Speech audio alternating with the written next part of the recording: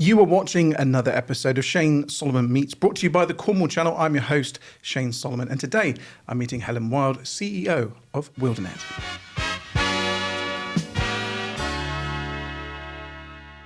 Helen, a warm welcome to the studios. Thank you. I hope you had a wonderful weekend.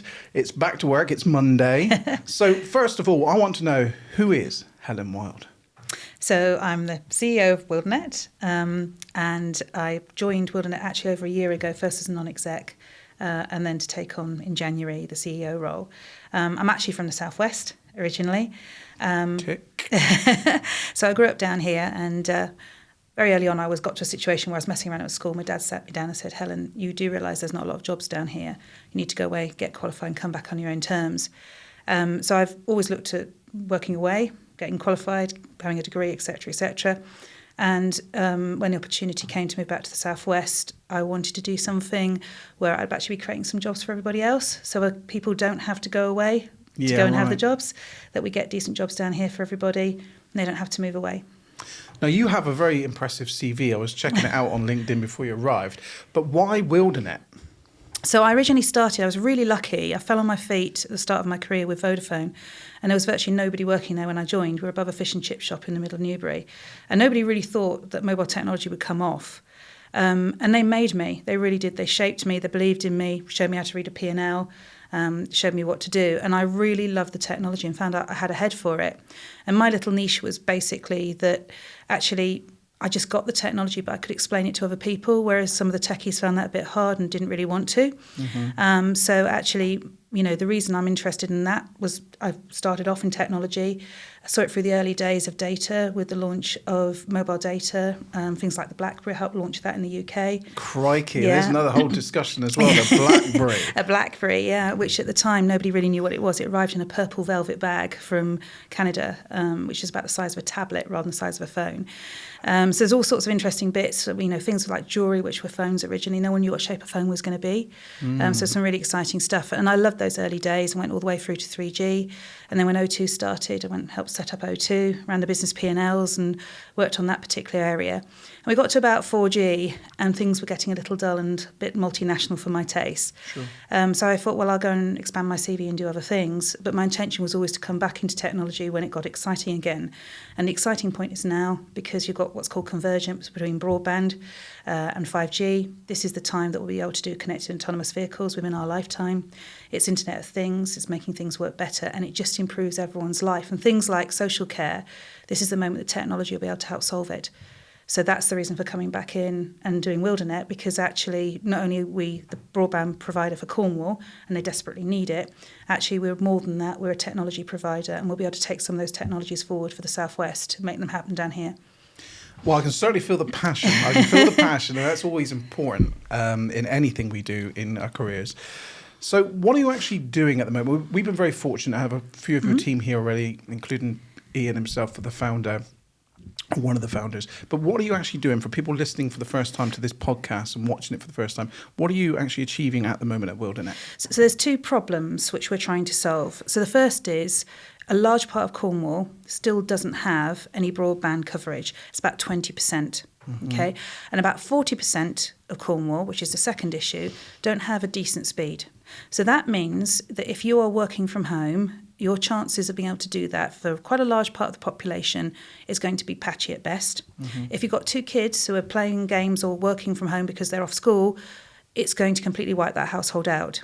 So Cornwall's getting left behind. And that actually is called digital exclusion. And it's really, really bad for people because effectively it means that you can't apply for jobs if you haven't got any coverage at all. If you can't work from home, it means you've got to travel. It costs money. It means you've got to make alternative arrangements to do that. It's simple things like keeping in touch socially if you're older. It's all of those things become more problematic. So our vision is to actually sew up that last bit of Cornwall and make sure that we go to places no one else will go to. So our motto is from anywhere to everywhere. And the idea is that nobody will get left behind. So we will find a way to get the technology to work to give you gigabit capability wherever we can in Cornwall. Gigabit. Yeah. What a pleasure. Well, we're going to need it because, as I said, with all the new technologies coming on, things like social care, so you can stay in your home as you get elderly, will be reliant on broadband capability. So if we put it into everybody's home, people don't have to move out. Also, if you don't have to travel to work, we don't need so much road infrastructure. It goes on and on and on the list in terms of what you can do. And simple things, like if I just take one example of a farmer who uses our services. Before he took on Wildanet, he was in a situation where every lunchtime, to get his milk quota through, he sat on a copper line and pressed the button for every cow while he was eating his lunch. And he'd been up since 5 o'clock in the morning because he didn't have enough coverage to send it through. Oh. So now what he does is he literally downloads it from the moment his milk quota goes straight as the cow's being milked, and he doesn't have to bother about that for the rest of the day. And that's given him about an hour back. And it's those type of changes which just sound really, really simple, but that can be life-changing for someone when you're running your own business. Of course. And it's those type of things which actually having decent broadband coverage make happen. And that's what we are all about, is just getting that digital inclusion piece in so no one gets left behind. It's great stuff. And I mean, it certainly is a problem. There's many places, in fact, my mum's house still has, and she doesn't live that far away from me, really bad internet. So when I go over there, and I would love to stay longer, Mum, but I can't live like this. No. With my business and uploading videos and things like that. So I go back home where I do have a good connection. But it's very, you say 20%, but I do know a lot of those 20% people. Yeah, absolutely. So it's great that you're doing that. Now, I know you have a fantastic team, and it's always nice to shout out the team, right? Because your team is quite impressive. It seems to be everywhere. Yes. So we're very, very lucky. So effectively what we've got, first of all, is we have an engineering team. Paddy and his team are very experienced not only in broadband but also in wireless. We've taken a lot of people in from the ex-forces. They're very good at this type of technology, and that means we can offer the hybrids. And then we've got our engineers who are multi-skilled. So one of the other things about rural broadband, it is not like digging up a street in Bath. It's very, very difficult. You quite often have got listed buildings. You've got to go a long way down a drive. You don't want to mess someone's garden up. They spend a lot of time doing that. So we have multi-skilled capability engineers out there who spend a lot of time making sure everything's connected. And our sales team understand that. So they look, rather than looking at, I'm trying to sell you broadband, is what do you need? What's the speed that you need? How do I calculate out what the best solution is for you? What's your line of sight like? And, what's the solution that we need to put in here? So we have a very skilled team in terms of how that looks, with people like Lawrence, who's joined actually first time he's been in this type of industry, but it's all about people. And so rather than actually the technology, we'll teach you the technology. We want people who understand people. And we've got lots of experts who've joined us from other parts of the industry to help us put that together. So we're just under 100 heads at the minute now. Wow. And by the end of the year, there'll probably be nearer 200. And we are now, Cornwall will always be our home, but we're starting to expand over the boundary into Devon as well. Sure. So, anywhere there's a problem within the southwest, we're going to go. That's the way that we look at it. We're not overbuilding. We're making sure those gaps, which no one else will do, is get filled in. Well, you're certainly solving a problem, and we're going to be seeing you at the Royal Cornwall Show this year. Yes. So we're so chuffed that's going to be back. Yes. And you're playing a big part in that and supporting it. And that's what I want to finish with, really. We've got about a minute left, and that is, your kind of mission for really helping communities. Yes. And the Royal Cornwall Show is very much about communities, and it is going to be packed there this year. It's always well attended. But just to get that across, that you really are, all for the communities, right? We are. So in addition to doing our sort of commercial work, rolling out broadband, the other thing that we do is we do digital inclusion hubs. So we've already got one set up on a church in Gweek. What that basically does is we give them free broadband. And what the idea is, you can get the community in there then starting to use it, starting to understand how it works. From their perspective, it makes the connection for things like prescriptions, banking, schooling, education, applying for jobs.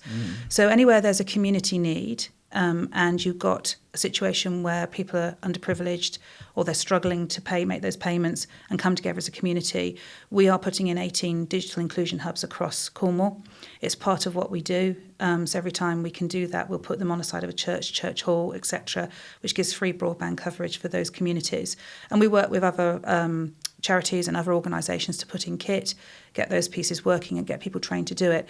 So this isn't just about rolling out the coverage, it's making sure people know how to use it. Correct. And those at the bottom who can't, we will try and help them out, and we'll give free where we can, using our digital inclusion policy in order to make sure that comes to life. That's great. Well, I'm going to give you my nan's phone number. She's 96, who needs a bit of help before you leave today, okay? But anyway, Helen, it's been an absolute pleasure to have you here at the Cornwall Channel studios, and I look forward to finding out what the next 6 months, 12 months has in store for you, and perhaps we can touch base then. That'd be great. Thank you. Fantastic. Well, that's it. If you know anyone doing anything remarkable here in Cornwall, please let me know. Drop me an email, shane@cornwallchannel.co.uk. And in the meantime, follow Wildanet. They're doing amazing things, and connect with this lovely lady, Helen Wylde. See you next time.